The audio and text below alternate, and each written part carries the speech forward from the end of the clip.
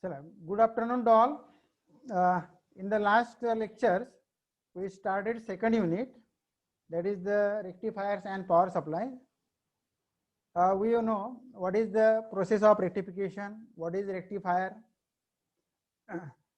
So the power supplied by MACB to our home appliances is the AC power.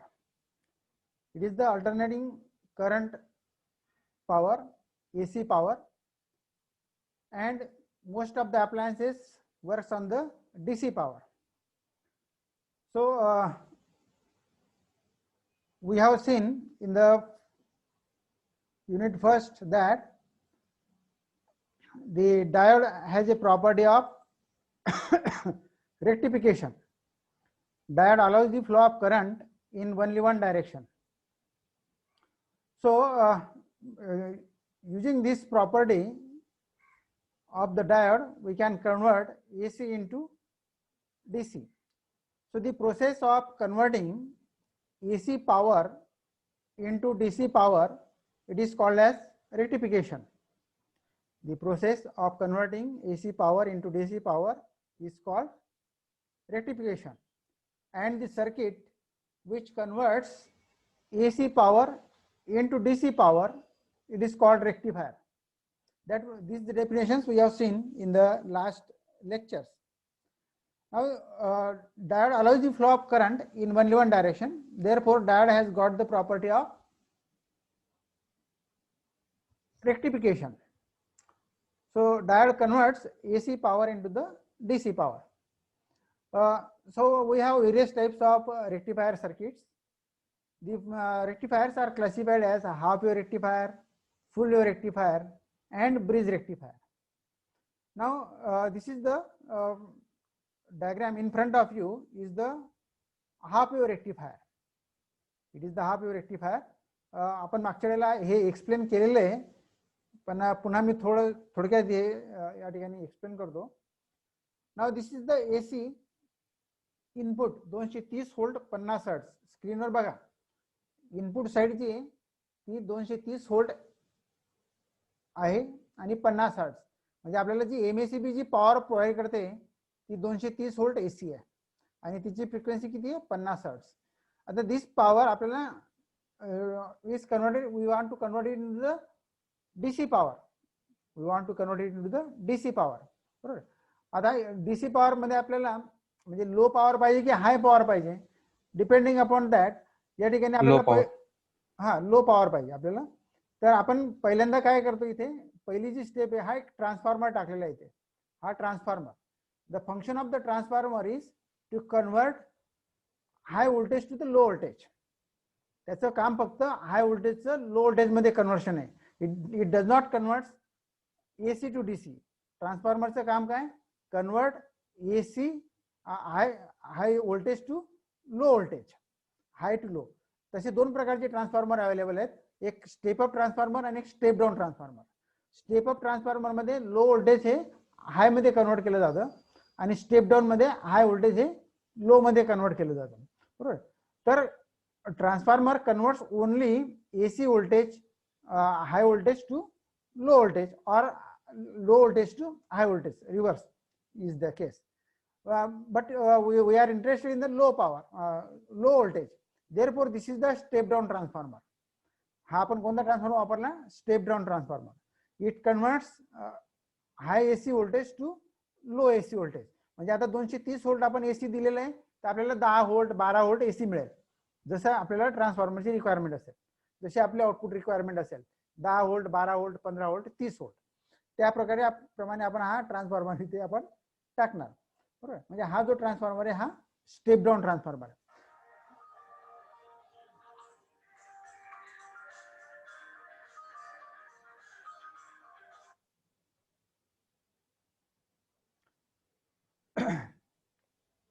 Now this step down transformer is connected to the diode. Now here the working of the diode is to convert AC power to the DC power. आता बघा, हे हा AC signal इथे दिलेला आहे, आपण त्याचा input साइडचा जो सिग्नल आहे तो हा दिलेला आहे पहिल्या डायग्राम मध्ये. हा एसी इनपुट व्होल्टेज, आपण व्होल्टेज वेवफॉर्म बघूया. This is the AC input voltage. हा वरचा जो पार्ट आहे त्याला आपण पॉझिटिव्ह हाफ सायकल म्हणतो आणि खालचा जो पार्ट आहे त्याला आपण negative half cycle. So this is the AC voltage which is divided into positive half cycle and negative half cycle. Now when this AC voltage appears at the anode of the diode, so during the positive half cycle, म्हणजे फक्त positive half cycle कडे लक्ष द्या. During the positive half cycle, point A is positive with respect to point B. या ट्रान्सफॉर्मरचा A हा point आहे तो positive with respect to point B. म्हणजेच anode of the diode D is at higher potential than the cathode. Anode of the diode is at higher potential than the cathode. That means diode is forward bias. Diode is forward bias, and therefore the current will flow through this diode, and it will flow through this resistance R along the path A, M, N, B. या प्रकारे तो current flow होईल during the positive half cycle. So during the positive half cycle, the anode of the diode is at higher potential than the cathode. Therefore, diode is forward bias.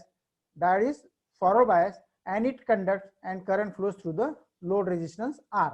मग हा जो current flow दाखवलेला आहे हा खालच्या diagram मध्ये बघा हा असा दाखवलेला आहे बरोबर. So during the positive half cycle, for complete positive half cycle, the output current flows. The output current flows. Now what happens for the negative half cycle. आता बघूया निगेटिव्ह हाफ सायकलला काय घडतं. So this is the negative half cycle. So during the negative half cycle, the point A is negative with respect to point B. म्हणजे point ए जो आहे हा ट्रान्सफॉर्मरचा हा निगेटिव्ह होईल आणि बी हा पॉइंट काय होईल पॉझिटिव्ह होईल. त्याच्यामुळे काय होईल the anode of this diode is at negative potential as compare to the cathode. बरोबर. म्हणजे anode is connected to negative and cathode is connected to the positive. That means diode D is reverse bias. Diode D is reverse bias. So this diode D is reverse bias. So it will not conduct. आता हा conduct होणार नाही म्हणजे no current will flow through the resistance. बरोबर. No current will flow through the resistance. म्हणून negative half cycle काय झालं या ठिकाणी कट झालं. Negative half cycle is blocked. बरोबर. सो पॉझिटिव्ह हाफ सायकल आपल्याला आउटपुट मिळालं, निगेटिव्ह हाफ सायकल आपल्याला आउटपुट नाही मिळालं. पुन्हा पुढच्या पॉझिटिव्ह हाफ सायकलला पुन्हा diode is forward bias. It will conduct and current will flow through the resistance R. So in this rectifier circuit तुम्ही बघा काय लक्षात येते आपल्याला की फक्त पॉझिटिव्ह हाफ सायकल साठी लोड रेजिस्टन्स आर मधून करंट फ्लो होतोय and it is in the direction from M to N. M कडून एन कडे, एन कडून एम कडे डायरेक्शन फ्लो होत नाही. There is no flow of current from N to M. The current flows only from M to N. Right. So in this diagram you will see that the output current flows only for half cycle of the input. म्हणजे इनपुटच्या फक्त half positive half cycle जो आहे त्यासाठी आपल्याला आउटपुटला current मिळते. Negative half सायकलला मात्र काय होते करंट ब्लॉक होते. बरोबर. म्हणजे या ठिकाणी काय झालं this AC power is converted into the DC power. पण एक लक्षात येईल तुमचं की AC power is converted into DC power but it is only for half cycle, not for complete cycle. Only for half cycle it is converted. Right. म्हणून याला काय म्हणतो आपण half wave rectifier. So in half wave rectifier the output current flows only for half cycle of the input signal and another half cycle of the input signal is blocked. म्हणून याला काय म्हणतात half wave rectifier. आता इथे requirement काय काय या circuit मध्ये आपल्याला फक्त एक डायोड लागलेला आहे, एक ट्रान्सफॉर्मर लागला. दोनच गोष्टी, एक ट्रान्सफॉर्मर आणि एक डायोड. म्हणजे the circuit is very simple but the output power efficiency is very low. कारण इथे निम्मे पॉवर काय होते लॉस होते. निम्मे पॉवर काय होते lost. Half of the power is lost. कारण निगेटिव्ह हाफ सायकलला आपल्याला काहीच मिळत नाहीये. बरोबर. म्हणजे आपल्याला आउटपुटला दोघं हाफ सायकलला जर पॉवर मिळाली तर त्याची पॉवर काय कॅपॅसिटी काय होईल वाढेल. So here the efficiency is half. म्हणून आपण पुढचं सर्किट बघूया. आता याचे ऍडव्हान्टेजेस काय आहे. Advantages of this half wave rectifier is circuit is very simple. आपण बघितलं एक ट्रान्सफॉर्मर आहे आणि एक डायोड आहे. Therefore it is a low cost. त्याची किंमत काय आहे एक ट्रान्सफॉर्मर 50 रुपयाचा आणि 2 रुपयाचा डायोड. म्हणजे आपल्याला 50-52 रुपयामध्ये हा रेक्टिफायर सर्किट पडतं. पण ते काही कामाचं नाही आहे. Though it has a low cost and it is very simple. कारण काय the pulsating current is contains AC component. म्हणजे आउटपुटला काय डीसी आपल्याला म्हणतो आपण त्याला, पण it is not perfect DC. बघा हा जो आहे हे जे आउटपुट आहे डीसी म्हणजे अशी सरळ लाईन दिसली असते आपल्याला. डीसी म्हणजे अशी सरळ लाईन, म्हणजे आपल्या बॅटरीचं जे व्होल्टेज असतं, सेल असतो आपला बॅटरी सेल, ड्राय सेल, त्याचं व्होल्टेज आपण कॉन्स्टंट दाखवतो, असं कॉन्स्टंट एका रेषेने दाखवतो. पण हे कसं आहे, हे असं खालीवर होतंय, जरी डीसी आहे पण ते काय होतंय, कमी जास्त होतंय. म्हणून या डीसीला म्हणतात pulsating DC. It is not a perfect DC. बरोबर, it is not a perfect DC. So output of the half wave rectifier is pulsating DC, means it does not contain pure DC component. म्हणून आपल्याला filtering is needed. आणि second disadvantage काय, the AC supply delivers power during half cycle only, so output is very low. आपण बघितलं की half cycle साठीच फक्त आपल्याला आउटपुट मिळते, दोघं हाफ सायकल साठी आउटपुट मिळत नाही. म्हणून याचं output is very low. Therefore, this half wave rectifier is rarely used or not used in the circuits because of its low output. मग आता याच्यावर आपल्याला दुसरा जे रेक्टिफायर आहे त्याला आपण फुल वेव्ह रेक्टिफायर म्हणूया. Next second type is full wave rectifier. आता हा फुल वेव्ह रेक्टिफायर इथे या ठिकाणी बनवलेला आहे. बघा, आता मागच्या सर्किटमध्ये आपल्याला एका डायोडची रिक्वायरमेंट होती, एक ट्रान्सफॉर्मरची रिक्वायरमेंट होती. आता इथे दोन डायोडची रिक्वायरमेंट आहे. बघा, D1 आणि D2. Here we will require two diodes, D1 and D2, आणि एक ट्रान्सफॉर्मर. पण हा ट्रान्सफॉर्मर एक स्पेशल ट्रान्सफॉर्मर आहे. This is the special transformer. This transformer is called as the centre tap transformer. Why it is called as the centre tap transformer? बघा, या secondary winding मध्ये 3 terminals आहेत, ए टर्मिनल, बी terminal आणि एक मिडलला एक terminal काढलेला आहे आपण. तर हा जो मिडल टर्मिनल आहे याला म्हणतात center tap transformer. Center tap, this is called as the centre tap. Now these diodes are connected in such a way that the output current will flow for both half cycles. The output current will flow for both half cycles through the load resistance RL. आता आपण बघूया की what happens when how this circuit works.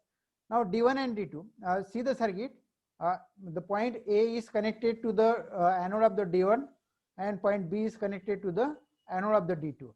Now the cathode of D1 and D2 are connected to each other. बघा, cathode जे आहेत ते एकमेकाला connect केलेले आहेत आणि त्यांच्यापासून आपण एक लोड रेजिस्टन्स कनेक्ट केलेला आहे आणि load resistance through centre trap through आपण रिटर्न जातोय. बरोबर. So this is the centre tap. This is the centre tap. आता due to this centre tap the transformer voltage is divided into 2 halves. Transformer voltage काय होतं, 2 half मध्ये divide केलं जातं, एक अप्पर हाफ मध्ये आणि एक लोअर हाफ मध्ये. बरोबर. आता during the positive half cycle, आता आपण पहिल्यांदा पॉझिटिव्ह हाफ सायकलचा विचार करूया. During the positive half cycle, आता जर आपण या ट्रान्सफॉर्मरच्या ए पॉइंट पासून बी पॉइंट पर्यंत जर आपण गेलो, if you move from point A to the point B, तर प्रत्येक पॉइंटला व्होल्टेज काय होत जाईल, कमी कमी होत जाईल. बरोबर. म्हणजे इथे समजा हायेस्ट व्होल्टेज असेल तर इथे काय असेल, लोएस्ट व्होल्टेज असेल, कारण हे निगेटिव्ह दाखवलेलं आहे आपण. बरोबर. म्हणून आपण हा समजा सी पॉइंट घेतला, सेंटर टॅपचा जो पॉइंट आहे त्याला आपण सी पॉइंट नाव दिलं, सी पॉइंट. बरोबर. So during the positive half cycle, point A is positive with respect to point C. म्हणजे C च्या दृष्टीने A पॉइंट हा काय मोर पॉझिटिव्ह आहे as compared to the point C. बरोबर. म्हणजे C हा A च्या दृष्टीने निगेटिव्ह आहे. पण B या पॉइंटचा जर आपण विचार केला तर C हा पॉइंट B च्या दृष्टीने हायर पोटेन्शियल आहे आणि B हा पॉइंट हा लोअर पोटेन्शियल आहे. बरोबर. म्हणून इथे बघा, मी हे निगेटिव्हची साईन दिलेलं आहे आणि इथे पॉझिटिव्हची साईन दिलेलं आहे during the positive half cycle. बरोबर. म्हणजे during the positive half cycle point A is positive with respect to the point C आणि point C is positive with respect to the point B. Point C is positive with respect to the point B. त्याच्यामुळे what happens during the positive half cycle, आता हा D1 कडे लक्ष द्या की anode is positive with respect to the cathode. म्हणजे हा cathode आहे, त्याच्या म्हणजे हा निगेटिव्ह पॉइंट आहे. बरोबर. म्हणजे हा निगेटिव्ह पॉइंट जर आपण कन्सिडर केला तर हा निगेटिव्ह आहे. बरोबर. म्हणजे diode D1 is forward bias because anode is at higher potential than the cathode. म्हणजे diode D1 is forward bias. त्याच वेळेला D2चं काय होतंय, आता हा D2 हा पॉइंट पॉझिटिव्ह आहे. बरोबर. आणि हा पॉइंट निगेटिव्ह आहे. म्हणजेच D2 जो आहे हे व्होल्टेज इथे अपेअर होत आहे, म्हणजे D2 is reverse bias. D2 is reverse bias because the voltage at A will appear at this point आणि तेच voltage आपण D2 ला अप्लाय केलेलं आहे बरोबर म्हणजेच diode D2 is reverse bias. So during the positive half cycle point A is positive with respect to the point B, therefore diode D1 conducts and diode D2 is non-conducting. म्हणजे D2 काय of आहे, D2 is off. Now diode D1 is conducting म्हणजे current will flow in the resistance R L from M to N. M to N कडनं current आपल्याला flow होताना दिसेल बरोबर आणि तो सेंटर टॅपला सर्किट कंप्लीट करेल. Now what happens in the negative half cycle. आता आपण निगेटिव्ह हाफ सायकलचा विचार करूया. ड्युरिंग निगेटिव्ह हाफ सायकल, आता during the negative half cycle point A is negative with respect to point B. Point A is negative with respect to point B. Therefore, diode D2 is forward bias. बघा हा B चा anode जो आहे तो higher व्होल्टेजला आहे as compared to the cathode. म्हणजे diode D2 is conducting आणि D1 काय होईल ऑफ होईल. D1 इज नॉन कंडक्टिंग बरोबर कारण हा निगेटिव्ह आणि हा पॉझिटिव्ह, हा पॉझिटिव्ह आणि हा negative. So during the negative half cycle point A is negative with respect to the point B, therefore diode D1 is not conducting and D2 is conducting. आता हा D2 कंडक्ट होतोय म्हणजे current बघा B कडून असा flow होईल. Cursor कडे लक्ष द्या. Current will flow through this diode D2, it will go here and again it will move into the resistance RL. बघा या वेळेला सुद्धा करंटची डायरेक्शन काय आहे M कडून N कडे. मागच्या वेळेला सुद्धा करंटची डायरेक्शन काय होती M कडून N कडे होती. आता during the negative half cycle till the direction of flow of current is same. म्हणजेच काय झालं की निगेटिव्ह हाफ सायकल जे it is converted into the positive half cycle. Negative half cycle is converted into the positive half cycle. Similar action will take place for next positive and negative half cycles. So during the positive half cycle, diode D1 is forward bias, D2 is reverse bias. Current flows through the load resistance Mn. During the negative half cycle, diode D1 is reverse bias and D2 is forward bias, and till the current through the load resistance flows from M to N. So output current flows for both half cycles. बघा positive half सायकलला पण current flow होतोय आणि negative half सायकलला पण current flow होतोय but in the same direction. बघा या ऍक्सिसच्या वरती आहे म्हणजे it is the DC voltage. Again it is not a perfect DC. हा काय कमी जास्त होणारा डीसी आहे. It is a DC but it is a pulsating DC म्हणून याला काय म्हणलंय pulsating DC voltage. So this is the full wave rectifier. So why it is called as the full wave rectifier? Because the output current flows for both half cycle of the input voltage. Output current flows for both half cycle of the input voltage. म्हणजे इनपुटच्या दोघा half cycle साठी आपल्याला आउटपुटला current voltage मिळते म्हणून याला काय म्हणतो आपण फुल वेव्ह रेक्टिफायर. आता in this full wave rectifier there is no loss of input cycle. Input सायकलचा लॉस झाला का नाही. There is no loss of input cycle. So output is obtained for both half cycles. Therefore, the output power is high. Therefore, output power of the full wave rectifier is high. And then, what are the disadvantages of this rectifier? Yeah, what is the advantage of this rectifier?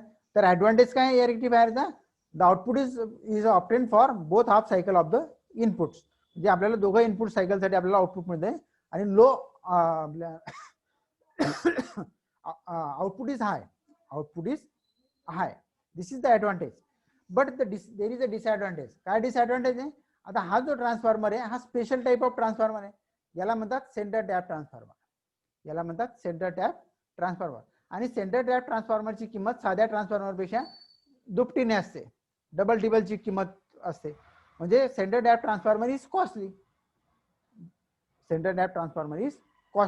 म्हणून हे जे circuit आहे हे पण फार कमी वेळा वापरलं जातं because of the higher cost. याची कॉस्ट काय आहे हायर कॉस्ट आहे. तसं हाफ वेव्ह रेक्टिफायरची कॉस्ट काय लो. एक साधा ट्रान्सफॉर्मर आणि एक डायोड आपल्याला लागतो. या ठिकाणी आउटपुट व्होल्टेज जास्त आहे पण आपल्याला जी रिक्वायरमेंट आहे ती सेंटर टॅप ट्रान्सफॉर्मरची बरोबर. आणि centre tap transformer is costly म्हणून आपण हे पण सर्किट सहसा वापरत नाही.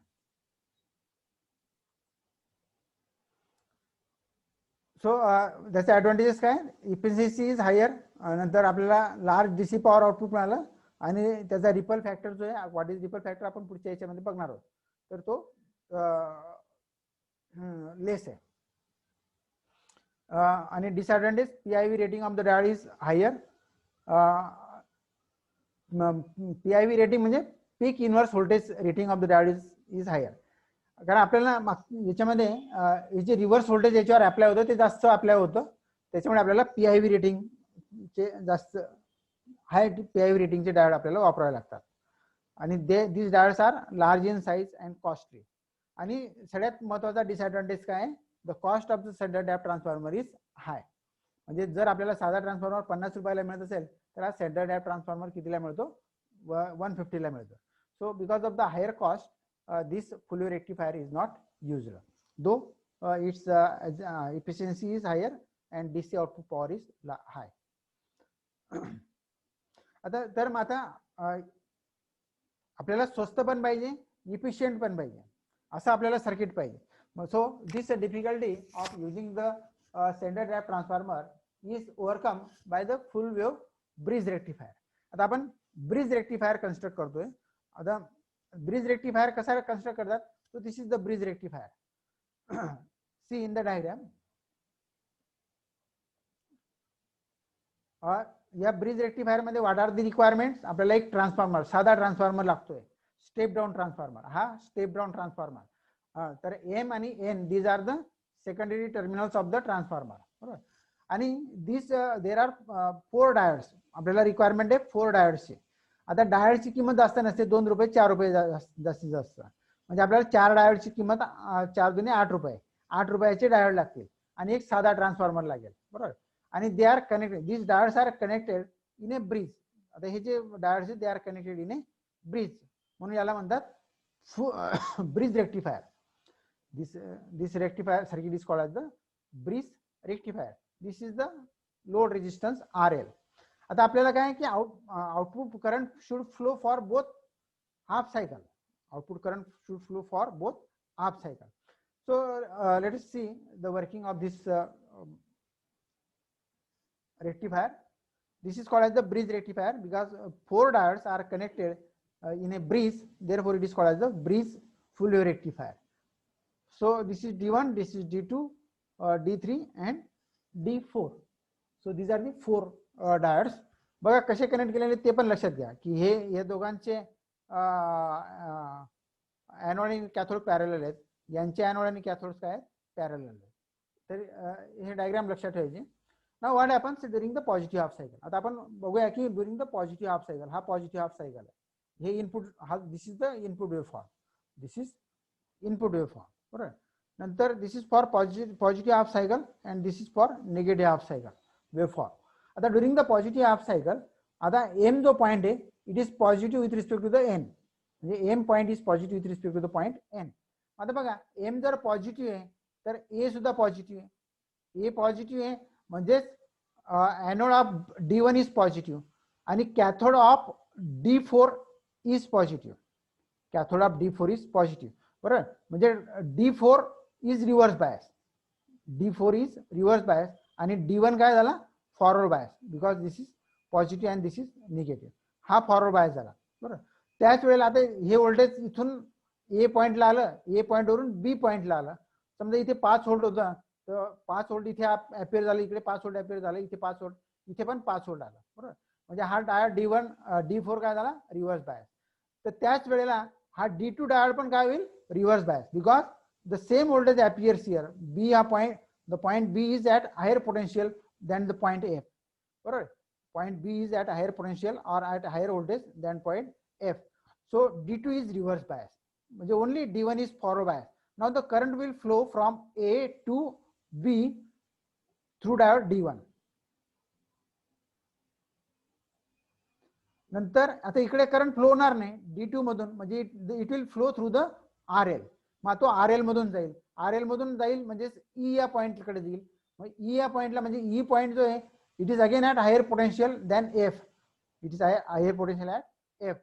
So the diode D3 is forward bias. Diode D3 पण काय होईल, फॉरवर्ड बायस होईल आणि करंट त्याच्यातनं फ्लो होईल आणि current will flow from E, F आणि N कडे. n कडे.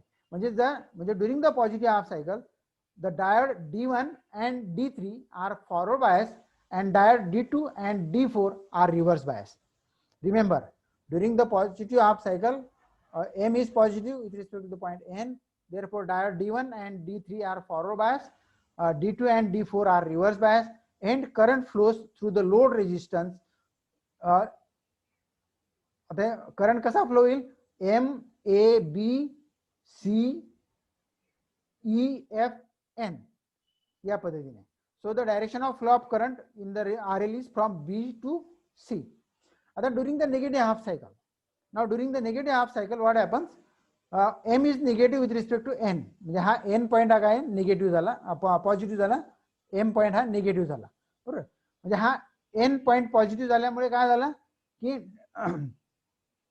हा D2 जो आहे, anode of D2 is at higher potential आणि D1 चा कॅथोड हा हायर पोटेन्शियल आला, म्हणजे D1 काय झाला रिव्हर्स बायस आणि D2 काय झाला फॉरवर्ड बायस, बरोबर. So when N is positive the diode D2 is forward bias and D3 is reverse bias. म्हणजे याच्यातनं करंट फ्लो होणार नाही, D3 मधून करंट फ्लो होणार नाही, the current will flow through D2. त्याच वेळेला आता B हा पॉईंट हायर पोटेन्शियल आला, म्हणजे D1 सुद्धा काय झाला रिव्हर्स बायस, म्हणजे इकडे A कडे करंट फ्लो होणार नाही. The current will flow from F to B आणि पुन्हा B कडून C कडे, म्हणजे मागची जी डायरेक्शन होती त्याच डायरेक्शनने करंट फ्लो होताना दिसतो आपल्याला. So the current is flowing from B to C during the negative half cycle. So during the negative half cycle the point N is positive and point M is negative. Therefore diode D2 and D4 are forward bias. D2 and D4 are forward bias. बघा म्हणजे हा B वरून C आला, C कडून E वर आला, E कडून हा परत फॉरवर्ड बायस झाला, A कडे गेला आणि एक सर्किट कंप्लीट होईल. So the current will flow from म्हणजे N कडून N F B C E A आणि M, म्हणजे the circuit is complete. So during the negative half cycle diode D2 and D4 are forward bias and D1 and D3 are reverse bias, but the current flows through the load resistance in the same direction. So for this bridge rectifier the output current flows for both half cycle of the input and therefore it is called as the full wave rectifier. Again this output is pulsating DC, पुन्हा हे output काय आहे pulsating DC आहे, right? It is not a perfect DC, it is not a perfect DC. So this is the bridge rectifier. पुन्हा एकदा लक्षात घ्या, during the positive half cycle diode point A is positive with respect to the point F, therefore diode D1 and D3 are forward bias and D2 and D4 are reverse bias. Current flows through the load resistance from B to C.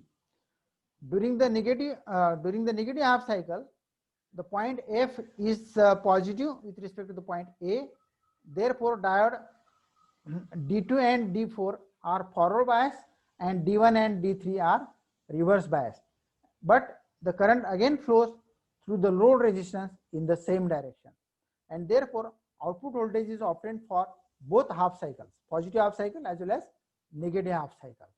So what is the difference between full wave rectifier using the standard tap transformer and full wave rectifier using the bridge rectifier? आता bridge rectifier मध्ये काय, we needed only 4 resistance, आपल्याला किती resistance लागले 4 resistance, आणि ट्रान्सफॉर्मरची requirement काय साधा transformer simple transformer. So simple ट्रान्सफॉर्मरची आपल्याला गरज पडली, बरोबर. So this is the simple transformer, म्हणजे आपल्याला सिंपल ट्रान्सफॉर्मर आणि 4 डायोड एवढीच गरज या ब्रिज रेक्टिफायर मध्ये जी सेंटर टॅप ट्रान्सफॉर्मर मध्ये.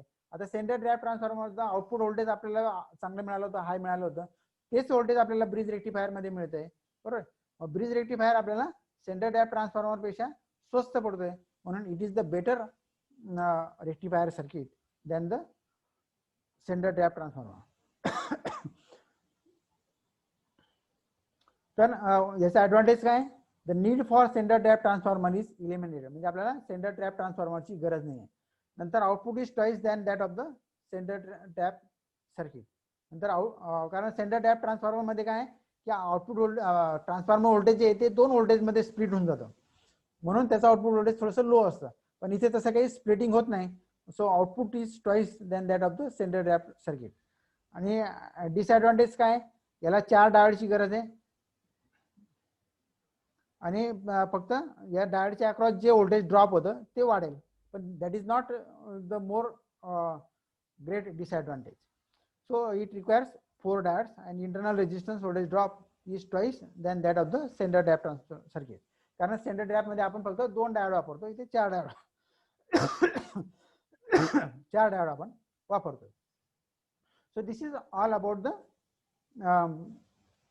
full half wave rectifier and full wave rectifier. So आपण जर आपण compare, if you compare these rectifiers, तर आपल्याला असं लक्षात येईल, तर हाफ वेव रेक्टिफायर मध्ये आपल्याला साधा ट्रान्सफॉर्मर नंबर ऑफ डायोड्स एक लागतात, सेंटर डॅप मध्ये आपल्याला 2 डायोड लागतात आणि ब्रिज रेक्टिफायर मध्ये आपल्याला 4 डायोड्स येतात. So the number of diodes required for half wave rectifier is 1, for centre tap full wave rectifier is 2 and for bridge rectifier the number of diodes required is 4. नंतर transformer आपल्याला आवश्यक आहे half wave rectifier साठी. कोणता साधा transformer, centre डॅप transformer necessary. इथे आपण इथे सेंटर डॅप ट्रान्सफॉर्मर शब्द पाहिजे होता, तर आपल्याला सेंटर डॅपची गरज आहे का आपल्याला, नाही, याला आहे आणि ब्रिजला पण नाही. इफिशियन्सी जर कंपेअर केली आपण तर हाफ वेव रेक्टिफायरची 40.6% इफिशियन्सी आहे, सेंटर डॅपची 81.2% आहे आणि ब्रिजची पण 81.2% आहे. रिपल फॅक्टर हाफ वेव मध्ये रिपल फॅक्टर जास्त आहे, सेंटर डॅप मध्ये 0.48 आहे, ब्रिज मध्ये पण 0.48 आहे. नंतर आउटपुट फ्रिक्वेन्सी हाफ वेवला जी फ्रिक्वेन्सी असते ती एफ इन असते, तीच फ्रिक्वेन्सी आपल्याला मिळेल. सेंटर डॅप मध्ये मात्र फ्रिक्वेन्सी आपल्याला डबल मिळते आणि ब्रिज मध्ये पण डबल फ्रिक्वेन्सी मिळते. नंतर पीक इन्व्हर्स व्होल्टेज जे आहे ते सेंटर डॅप मध्ये डबल लागतं, कारण transformer voltage is splits into 2 halfs. So these are the comparative points of the half wave rectifier and full wave rectifiers. So what are the applications of this rectifier circuit? Because without this rectifier no power supply can be built. कुठलाही power supply आपल्याला build करायचा असेल तर पहिले जे requirement आहे ते आपल्याला काय असतं, रेक्टिफायर सर्किट असतं. Because rectifier converts AC power into the DC power. कारण आपले सगळे जे अप्लायन्सेस आहेत all works on the DC power. आपला रेडिओ असेल, टीव्ही असेल, घरातलं कुठलं छोटंसं ट्रान्झिस्टर असेल, मोबाईल असेल, all these appliances works on the DC power. Therefore rectifiers are used in powering appliances. They are used with the transformer. ते आपण ट्रान्सफॉर्मरच्या सोबत यूज करतो. सोल्डरिंग पर्पज साठी, रेडिओ साठी, म्हणजे every types of circuit requires a rectifier. Modulation आणि demodulation, it is the process of converting the signal. It also requires a rectifier circuit. नंतर व्होल्टेज मल्टिप्लायर सर्किट्स असतात काही की ज्याच्यामध्ये व्होल्टेज डबल टिबल करतात, त्याला मल्टिप्लायर्स म्हणतात. तर असे या सगळ्या सर्किट्स मध्ये रेक्टिफायर सर्किट्स जनरली यूज करतात. तर main advantage of the application of the rectifier circuit is it is the first part in the any power supply. कुठलाही पॉवर सप्लाय आपण काढ घेतला तर त्याचा पहिला पार्ट जो असेल तो काय असेल, रेक्टिफायर असेल. Rectifier converts AC power into the DC power. नंतर मॉड्युलेशन मध्ये वापरतात आणि व्होल्टेज मल्टिप्लायर मध्ये वापरतात, रेडिओ वगैरे सगळं याच्यामध्ये वापरतात. So this is all about the our rectifier circuits. In the next lectures we will see the filters. Now for today we will stop here. Anybody has any question they can raise, because only 1 minute is left for our lecture. आपले फक्त 1 minute आपल्यासाठी शिल्लक आहे. No sir. काही कोणाला questions असतील तर you can ask. माझा आज थोडासा आवाज दबलेला आहे त्याच्यामुळे